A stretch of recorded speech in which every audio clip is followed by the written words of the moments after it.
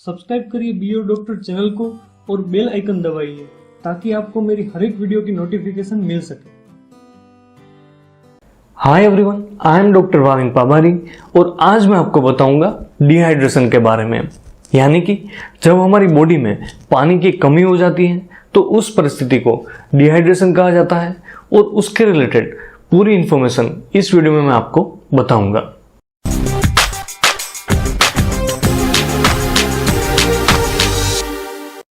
अगर आपको ये टॉपिक के नोट्स चाहिए, अगर ये रिटर्न में चाहिए तो ये मेरी वेबसाइट biodoctorweb.com उस पर से आपको मिल जाएगा और आप मेरे चैनल को ज्वाइन भी कर सकते हो। आज का जो हमारा टॉपिक है डिहाइड्रेशन, ये रूटीन प्रैक्टिस में इसके पेशेंट देखने में मिलते हैं जिसमें सिंपल ज़्यादा पानी पीने से या फिर ORS लेने से वो पेशेंट ठीक हो जाता है। लेकिन अगर डिहाइड्रेशन की सीवियरिटी बहुत ही ज़्यादा हो तो उसमें पेशेंट के ब्रेन, लीवर, किडनी वो डैमेज हो सकता है, पेशेंट कोमा में भी चला जा सकता है। इसलिए ये बहुत ही इंपॉर्टेंट टॉपिक है। आज इस वीडियो में मैं आपको पूरी इंफॉर्मेशन बताऊंगा कि डिहाइड्रेशन क्या होता है, उसकी डेफिनेशन के बारे में, उसका ग्रेडिंग कैसे होता है, उसके टाइप्स कितने हैं, ये होने के पीछे के रीजंस क्या है, उसके कॉजेज के बारे में, इसके लक्षण क्या देखने में मिलते हैं, साइन एंड सिम्टम्स के बारे में, और लास्ट में इसमें क्या ट्रीटमेंट होती है। ये सारे पॉइंट पर इस वीडियो में मैं आपको बताऊंगा। वीडियो की शुरुआत करते हैं बेसिक इन्फॉर्मेशन से। हमारी जो बॉडी है ये दो चीज से बनती है, सॉलिड्स और दूसरा फ्लूइड्स। सॉलिड होता है करीबन 1/3 और फ्लूइड होता है करीबन 2/3, यानी कि बॉडी का मेजॉरिटी पार्ट ये फ्लूइड से बनता है। अगर कोई 70 kg का पर्सन ले लो तो उसकी बॉडी में करीबन 40 लीटर तक का वाटर लेवल होता है। यानी कि वाटर ये बहुत ही इंपॉर्टेंट है हमारे बॉडी के लिए और मेजॉरिटी पार्ट वो फ्लूइड से बनता है। एक नॉर्मल इंडिविजुअल को हर दिन 2 से 3 लीटर पानी की इंटेक लेने की इतनी आवश्यकता रहती है। ये पर्सन टू पर्सन वेरी करता है। अगर कोई ज़्यादा स्पोर्ट्स खेल रहा हो या फिर फिजिकल एक्टिविटी ज़्यादा कर रहा हो, जिसको पसीना ज़्यादा होता हो, तो उसको पानी की रिक्वायरमेंट उससे ज़्यादा रहती है। लेकिन नॉर्मल इंडिविजुअल में 2 से 3 लीटर इतनी रिक्वायरमेंट रहती है। कुछ परिस्थिति में होता ऐसा है कि पर्सन का वाटर इंटेक कम हो जाता है, वो पानी ही कम पीता है, या फिर वो पानी तो पीता है लेकिन उसके हिसाब से जो फ्लूइड लॉस हो रहा है वो ज़्यादा हो रहा है। उस परिस्थिति में डिहाइड्रेशन होता है।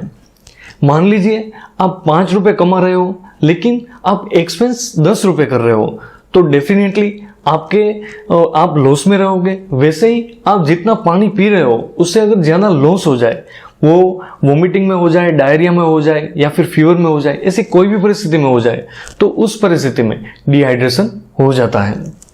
इसकी डेफिनेशन सिंपली ये कहती है, excessive loss of water from the body. अगर हमारी बॉडी में बहुत ही ज़्यादा पानी का लॉस हो जाए तो उसको डिहाइड्रेशन कहा जाता है। हमारी नॉर्मल बॉडी के फंक्शनिंग के लिए कुछ अमाउंट की वाटर लेवल की रिक्वायरमेंट रहती है। अगर उसमें डिस्टर्बेंस आता है तो फिर डिहाइड्रेशन हो जाता है। अब मैं आपको बता रहा हूँ डिहाइड्रेशन के ग्रेड्स के बारे में। डिहाइड्रेशन को 3 पार्ट में डिवाइड किया जाता है, माइल्ड, मॉडरेट और सीवियर, जिसमें हमारी बॉडी में जितना फ्लूइड है उसमें से अगर 5% की कमी हो जाए तो उसे माइल्ड कहा जाता है, अगर 10% की कमी हो जाए तो मॉडरेट कहा जाता है, और 15% तक का अगर फ्लूइड लॉस हो जाए, जितना हमारा टोटल बॉडी में फ्लूइड है उसमें से 15% कमी हो जाए तो उसे सीवियर डिहाइड्रेशन कहा जाता है। तीनों में ट्रीटमेंट की रिक्वायरमेंट रहती है, लेकिन जो माइल्ड है उसको ट्रीट करना इजी है। ज़्यादा पानी पीने से, ORS पीने से, रिहाइड्रेशन से वो पेशेंट ठीक हो जाता है। अगर 10% की कमी है, अगर वो डिहाइड्रेशन मॉडरेट है, तो इमीडिएट ट्रीटमेंट की रिक्वायरमेंट है, उसको तुरंत रिहाइड्रेट करना चाहिए, पानी ज़्यादा देना चाहिए, अगर सलाइन की ज़रूरत लगे तो वो लगाना चाहिए, ORS देना चाहिए। ऐसे उसकी इमीडिएट ट्रीटमेंट की रिक्वायरमेंट रहती है।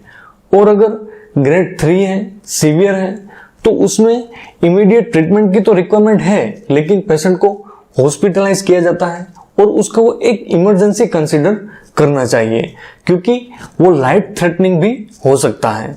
तो ऐसे करके इसका ग्रेडिंग दिया जाता है। अब मैं आपको बता रहा हूं डिहाइड्रेशन के टाइप्स के बारे में कि डिहाइड्रेशन के कितने टाइप्स होते हैं। उसके भी 3 ही टाइप होते हैं। अगर पेशेंट को पानी और सोडियम दोनों की कमी एक साथ हो जाए तो वो डिहाइड्रेशन को कहा जाता है आइसोटोनिक डिहाइड्रेशन।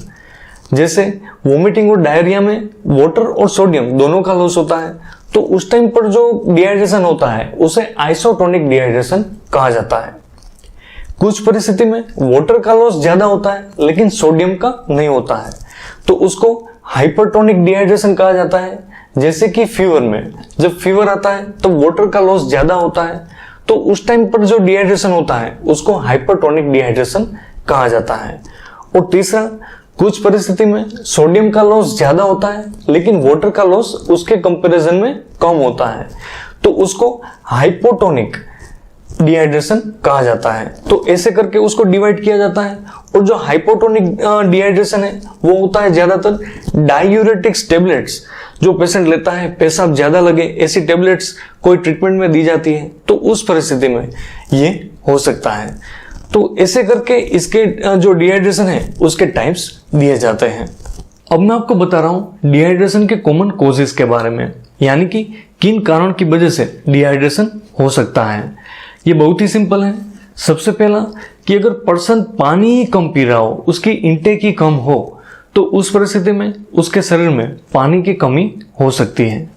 फिर दूसरा कि जो पर्सन है वो फिजिकल एक्टिविटी ज़्यादा कर रहा हो, एक्सरसाइज ज़्यादा कर रहा हो, हॉट एटमॉस्फेयर में कर रहा हो, उसको पसीना ज़्यादा हो रहा हो, तो उसमें अगर उसकी एवरेज इंटेक होगी वाटर की, तो उस टाइम पर फ्लूइड लॉस ज़्यादा होने के कारण उसको डिहाइड्रेशन हो सकता है। सिमिलरली अगर कोई स्पोर्ट्स से जुड़ा हुआ है, ज़्यादा आउटडोर गेम्स खेल रहा है, पसीना ज़्यादा हो रहा है, और उस टाइम पर अगर उसके वाटर इंटेक कम है तो उसको भी डिहाइड्रेशन हो सकता है। फिर वोमिटिंग और डायरिया वो ज़्यादा, बहुत ही ज़्यादा हो, वाटर लॉस बहुत ही ज़्यादा हो रहा हो, तो उसमें भी डिहाइड्रेशन हो सकता है। फीवर ज़्यादा रहता हो, टेम्परेचर ज़्यादा रहता हो, और उसके कारण भी वाटर लॉस बॉडी में हो सकता है। और लास्ट कि अगर पर्सन का यूरिन आउटपुट ज़्यादा हो, उसको यूरिन बार बार जाना पड़ रहा हो, उसका कारण कोई भी हो सकता है, डायबिटीज की वजह से हो सकता है या फिर किडनी के डिजीज की वजह से हो सकता है, तो उसमें पर्सन की वाटर की इंटेक तो है लेकिन उसके कंपैरिजन में अगर यूरिन ज़्यादा जा रहा हो तो उसमें भी डिहाइड्रेशन हो सकता है। तो ये मैंने बताया आपको इसके कोजेस के बारे में। अब मैं आपको बता रहा हूँ डिहाइड्रेशन के साइन एंड सिम्टम्स के बारे में कि इसमें लक्षण में क्या होता है। अगर डिहाइड्रेशन माइल्ड है, बहुत ही कम है, शरीर में ज़्यादा पानी की कमी नहीं हुई है लेकिन थोड़ी बहुत हुई है, तो उस टाइम पर लक्षण में ऐसा हो सकता है, ये सब आपने कभी ना कभी फील किया ही होगा कि शरीर में थोड़ी पानी की कमी की वजह से मुंह सूखने लगता है, प्यास ज़्यादा लगती है, जो यूरिन है उसका आउटपुट कम हो जाता है, पसीना वो भी निकलना कम हो जाता है, जो सर है उसमें भारीपन लगता है, चक्कर सा लगता है, बहुत ही कमजोरी सा फील होता है, वीकनेस लगती है, और पैर है वो कांपने लगते हैं, क्रैम्प्स उसमें आने लगते हैं। ऐसा माइल्ड सिम्टम जब थोड़ी पानी की कमी हमारे शरीर में हो जाए तो ऐसे लक्षण आना शुरू हो जाता है। तो यहाँ से अलर्ट होना जरूरी है। जब पानी की कमी हो रही है, माइल्ड सिम्टम आ रहा हो, तो वहाँ से अलर्ट होना जरूरी है। पानी ज़्यादा लेना चाहिए, ORS लेना चाहिए, लेमन जूस ले सकते हो, तो उसका जो स्टेप है वो आगे ना जाए। फिर अगर सीवियर सिम्टम एक बार क्रिएट हो गया तो उसमें ये हो सकता है कि जो ब्लड प्रेशर है वो कम हो जाए, ऐसा इसमें हो सकता है। और पेशेंट अगर फेंट हो जाए, गिर जाए, ऐसा भी इसमें हो सकता है। इसलिए इसका जो माइल्ड सिम्टम है वहाँ से अलर्ट होना जरूरी है। और अगर सीवियर सिम्टम में भी अलर्ट नहीं हुए तो वेरी सीवियर जो सिम्टम्स आते हैं उसमें यह हो सकता है कि पर्सन कोमा में चला जा सकता है, पर्सन को इपिलेप्सी हो जाए, उसका शरीर खिंचाव में आ जाए, उसको कन्वर्जन हो जाए, ऐसा हो सकता है। पर्सन का ब्रेन को नुकसान हो सकता है, किडनी को नुकसान हो सकता है, लीवर को नुकसान हो सकता है, ऐसा इसमें दिक्कत हो सकता है। इसलिए डिहाइड्रेशन का जो साइन एंड सिम्टम्स हैं वो बहुत ही इंपॉर्टेंट है।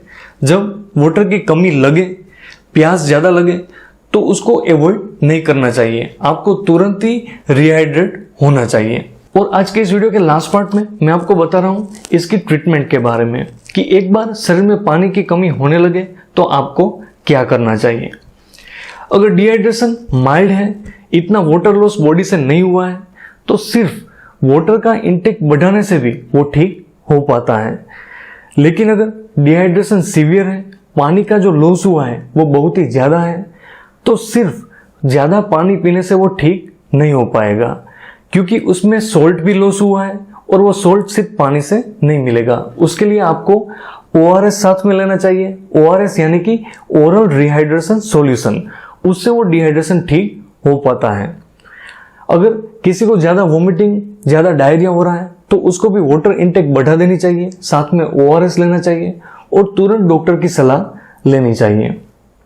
अगर किसी को हॉट एनवायरनमेंट में काम कर रहा हो, ज़्यादा पसीना हो रहा हो और उसके साथ साथ उसको जो इसके माइल्ड सिम्टम्स है वो देखने में मिले, सर दर्द होने लगे, चक्कर जैसा लगे, क्रैम्प्स आना जैसा हो जाए, यूरिन का आउटपुट कम हो जाए, तो उसको भी तुरंत वाटर इनटेक बढ़ा देनी चाहिए, ORS लेना चाहिए और तुरंत उसका जो कंफर्टेबल एनवायरनमेंट है वहाँ उसको शिफ्ट हो जाना चाहिए, ताकि जो डिहाइड्रेशन है उसका लेवल ना बढ़े। तो ये हुआ treatment portion. Hope you like my video. अगर आपको थोड़ा भी पसंद आया हो तो मैं एक्सपेक्ट करता हूँ इस पर लाइक कर दीजिए, इसको शेयर करिए और किसी को जरूर काम आएगा। मुझे कमेंट करिए, मेल करिए, मैं पूरा ट्राई करूंगा आपको रिप्लाई देने का, और सब्सक्राइब किए बिना न जाइए। Thank you very much.